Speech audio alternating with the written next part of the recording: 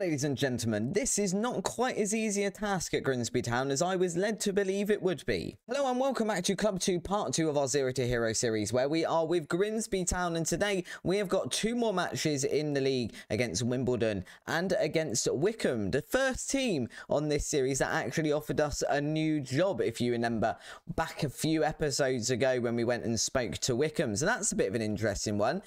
Since the last episode, we have played through a few more matches. We had a really disappointing run here to start with in the EFL Trophy, first of all against Lincoln, who are obviously rivals according to the club page and also a lower league than us, and we lost 2-1 in that one. We then lost 2-1 against Salford, and then we decided to take a leaf out of the former manager's playbook, and we switched to a 4-4-2, getting wins against Northampton and against Derby, who I believe at the time were a couple of positions in the league above us. We have lost the last two matches against Barnsley and Bristol City, but only by 1 goal. And if you have a look at them, Bristol City up in second, Barnsley in 6th above us as well. We currently reside in 8th place. We have lost our games in hand now, but we are only 1 point outside of the playoff positions and only 6 points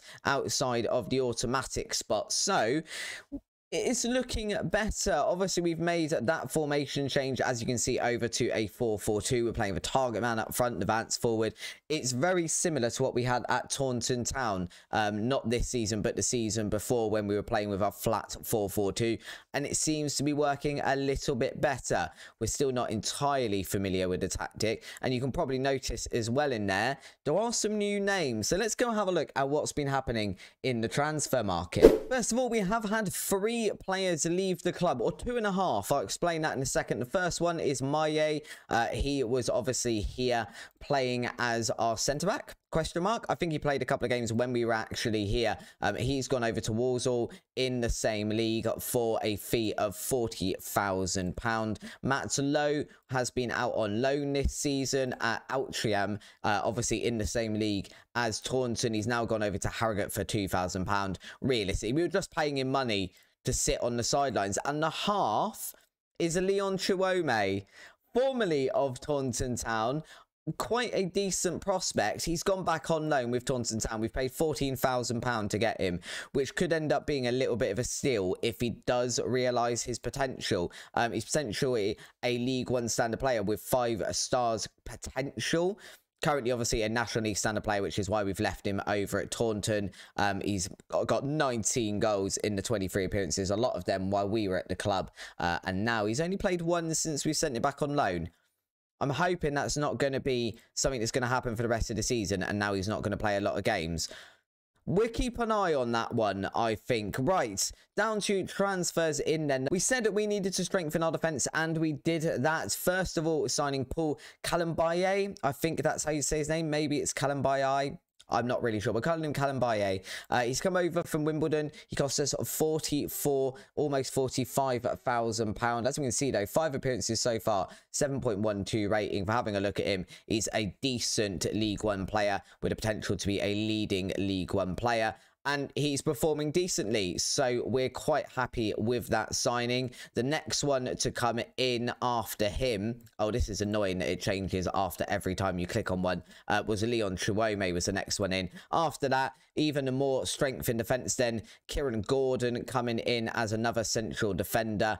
Where did he come from? He came from Sheffield United. We've paid £225,000 for him. Not quite all up front. A little bit of that is in instalments. Decent Sky Bet League One player. Potential to improve a little bit this season. He came in a little bit after. He's played a couple of games so far. Not done anything too spectacular yet, but he is only 22 as well, so he could be one that is around for a while at Grimsby Town. Another defender after that coming in then, Vontae Daly-Campbell. Vontae Daly-Campbell has come over from Cardiff, 250,000. We did pay a lot of that up front, to be fair, but if we have a look at this guy, He's currently Sky Bet League 2 with a potential be leading League 1 player. This is down to our scouts and them not, again, they're better than obviously we had at Taunton, but it's still not fantastic. When we got our scouting report, he was showing up as a current good League 1 player and the potential to be a leading championship player. He seems to have dipped right down since he's joined the club. He does have some cons to him as well. Doesn't really like playing in big matches, for example, and a lack of determination. So we'll keep an eye on that one as well. But I think obviously just having the depth over at right back is an improvement on what we had. We then did the same at left back, bringing in Bowler. Bowler cost us not a huge amount of money, if I remember rightly, £59,000. Come from Rotherham in the same league as us. He's made 2 appearances so far, got himself an assist and a 7.3 rating. So that's really, really nice. We then brought in 2 players that haven't actually played yet because they literally just came in yesterday. So £130,000 then for Val Adidokun. I think that's how you say his name. He's come in to play as our left midfielder, probably as a backup at the moment to Nathan Holland. But he, again, has a little bit of potential. He's currently a League 2 standard player with potential to be League 1, which I kind of think is the caliber of players we can actually bring in at the moment. And then our final signing, who will be making his debut in the first match of today's episode, is Aston Griever. We needed a striker. This man can play as an advanced forward. This holy trinity here is reasonable. Good dribbling, decent finishing. He's not got amazing pace, but he has got some legs, which is nice, so he can run. He's also been at Outrium in the National League. He scored 16 goals there, which I'm not really surprised because he is a League 1 standard player who could improve significantly.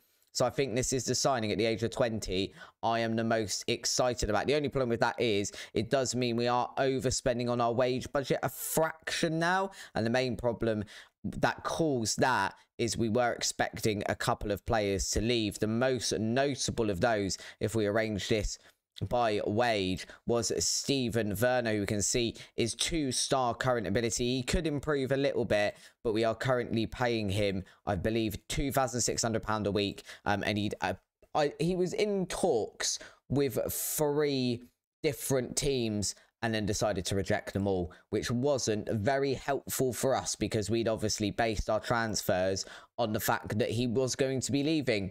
And then the pesky little so-and-so decided that he wasn't going to leave. And it was all very, very annoying. We are just going to have to make a little couple of changes here. Holland's going to have to come off because he's looking tired. Adidokun isn't quite fully fit either, which is less than ideal. So we're going to have to put somewhere there. I guess Kamwa goes there.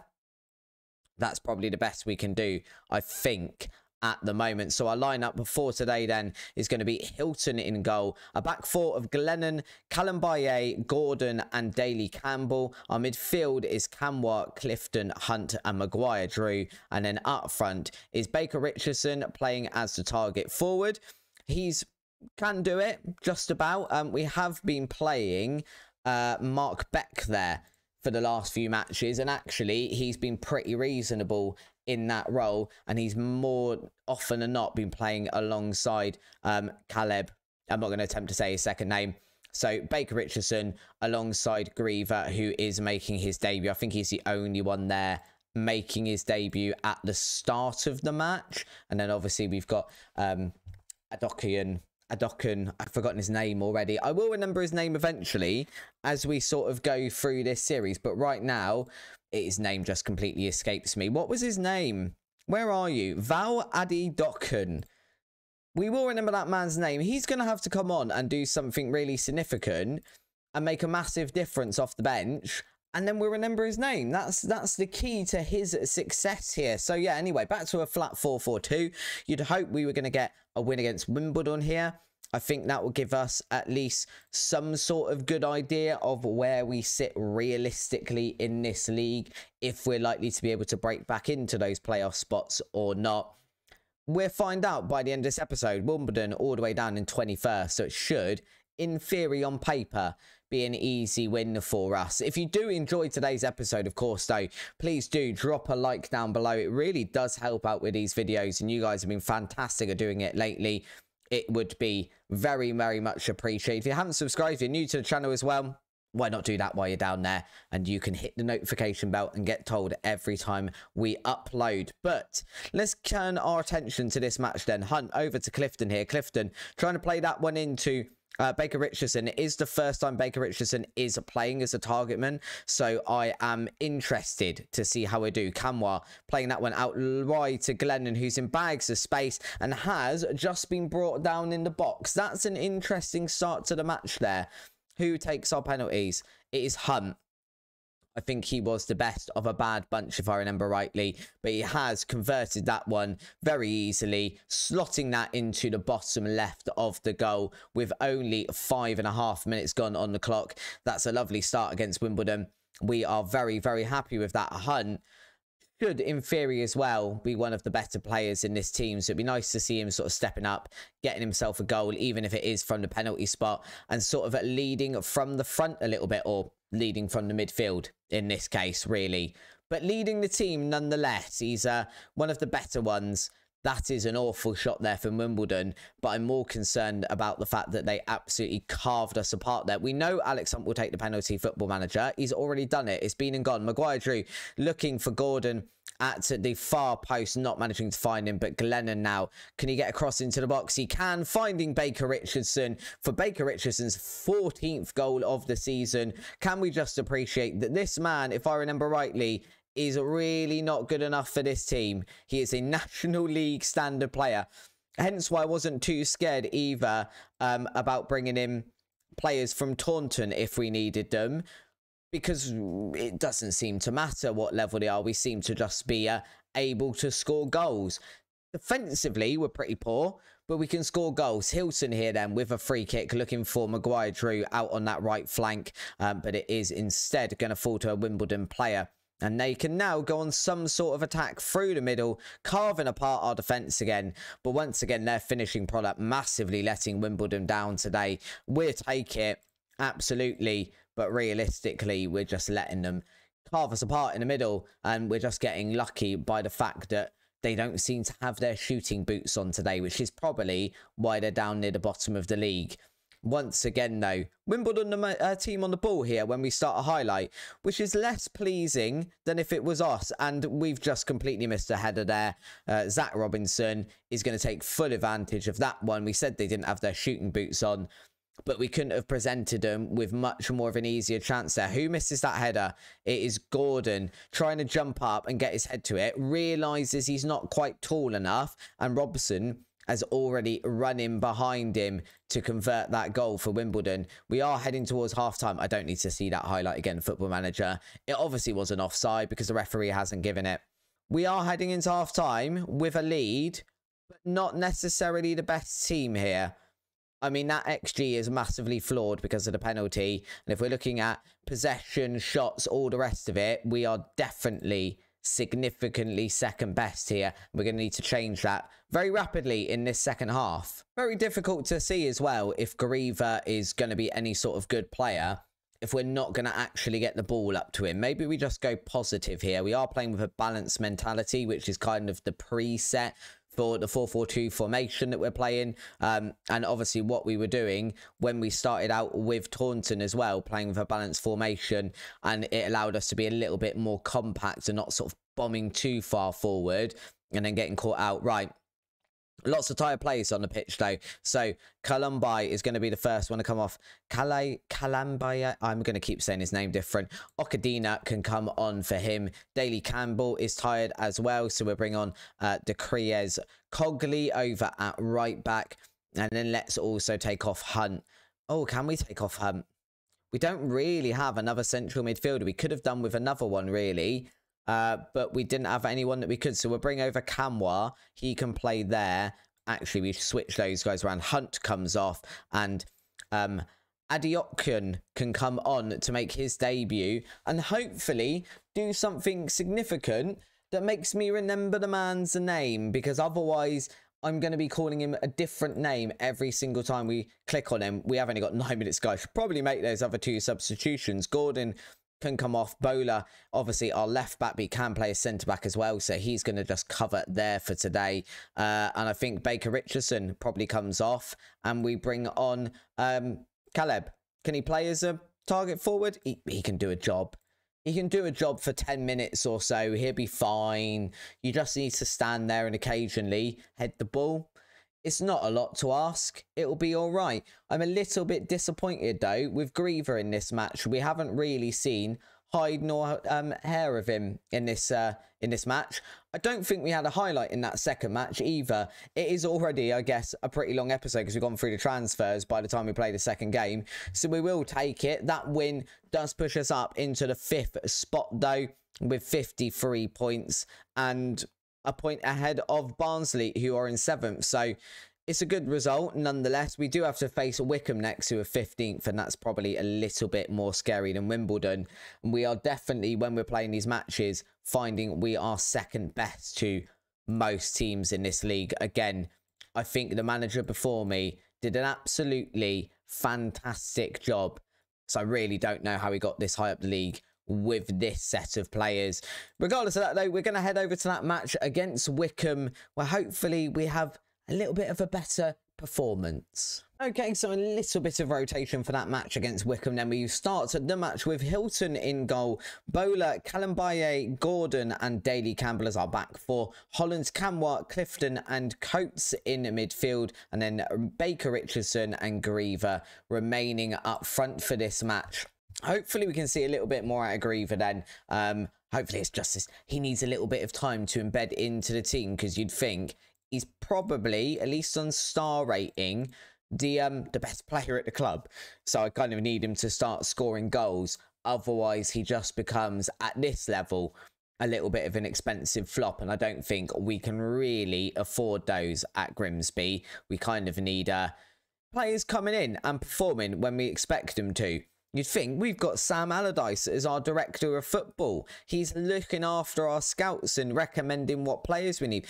Griever was one of his recommendations. You'd think Sam Allardyce would be able to spot a little bit of potential and quality.